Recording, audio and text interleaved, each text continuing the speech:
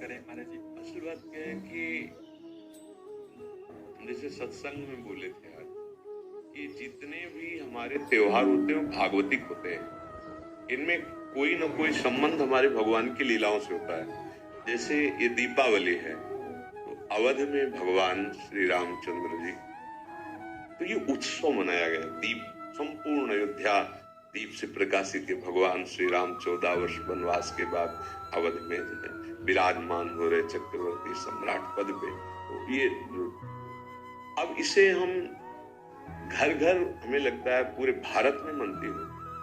सद्भावना तो है, और हमको ये समझना पड़ेगा कि जैसे हम दीपावली उत्सव में जुआ आदि खेलने लगते हैं, लोग नहीं खेलने लगते कि भाई साल भर तो हम नहीं खेलते पर दीपावली को तो खेलें। क्यों भाई?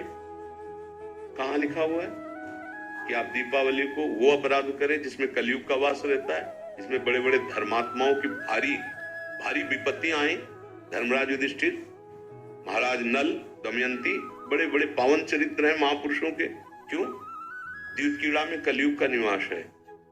कलयुग शराब पीना, मांस खाना, पर स्त्री गमन करना, स्वर्ण चोरी करना, द्यूतकीड़ा करना। द्यूत माने जुआ खेलना। तो जैसे दीपावली को ज्यादा तो हमें ज्ञान नहीं, पर गांव में हमने देखा था कि जो लोग नहीं खेलते थे वो भी खेलते थे। आज हम दांव लगाएंगे पर प्रभु से पूजन करो, अपने प्रिया प्रीतम का या भगवत विग्रह किसी का, और बैठ जाओ माला लेकर के 12 बजे रात्रि खूब नाम मंत्र जप करो। बड़ा शुभ, कई गुना बढ़ करके लाभ मिलता है। दीपक जला लो घी का, खूब गुरु मंत्र जपो, नाम जप करो, दीप कीड़ा आदि नहीं। ये सब आपको असत मार्ग में ले जाएगी। तो ये जो हमारा त्योहार है इसका आंतरिक भी स्वरूप है। हमारे हृदय में भक्ति कर दीप प्रेम कर बाती, हमारे अंदर ज्ञान का प्रकाश। जैसे हम घर में दीपक जलाते तो अंधेरा जाता है ना, बाहर के अंधेरे जाने से हमारे हृदय का अंधकार तो नहीं मिटेगा ना। हमें हृदय का भी अंधकार नष्ट करना है।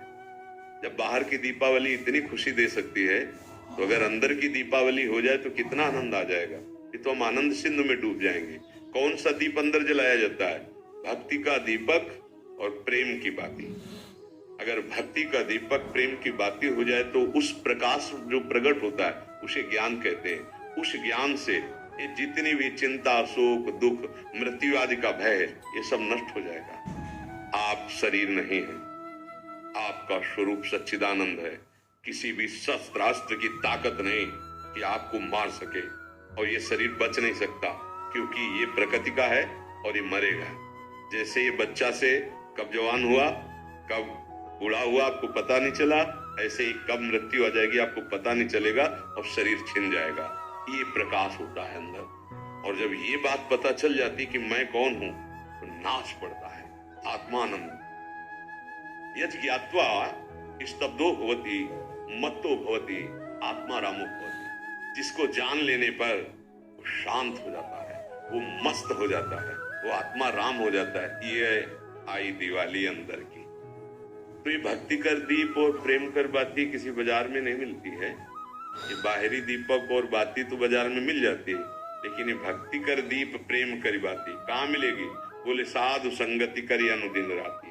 यदि भगवत प्रेमी महात्माओं का संग हो जाए तो दीपक भी मिल जाएगा, बाती भी मिल जाएगी और प्रकाश भी हो जाएगा, अज्ञान अंधकार नष्ट हो जाएगा।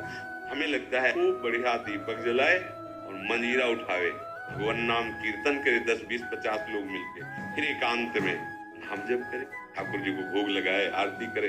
तो ये सात्विक, भगवान आए तो सब उत्सव मनाए, आनंद मनाए, आसुरी प्रवृत्ति वाला कोई भी कार्य ना हो। और अंदर भी जब हम नाम जप करेंगे, भक्ति करेंगे, तो अंदर प्रकाश बहुत जरूरी है। आज हमारे बाहर तो प्रकाश की बहुत बढ़िया व्यवस्थाएं हैं, हाइलोजन, बिजली सब चल रही।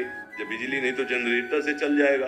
अंदर अंधकार छाया हुआ, नहीं छाया हुआ। इस अंधकार में जब तक दीपावली नहीं होगी तब तक वास्तविक आनंद का अनुभव नहीं होगा।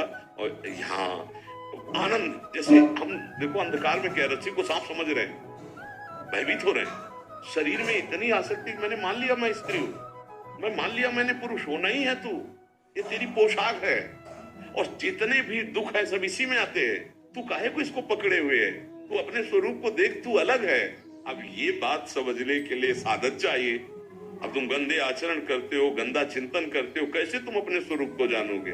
तो यही ज्ञान, प्रकाश, यही ज्ञान हो जाए कि मैं भगवान का अंश हूं, जैसे भगवान कहते ममैवांशो, और भगवत प्राप्ति करना मेरा परम धर्म है। आनंद में गृहस्थी में महात्मा हो जाओगे।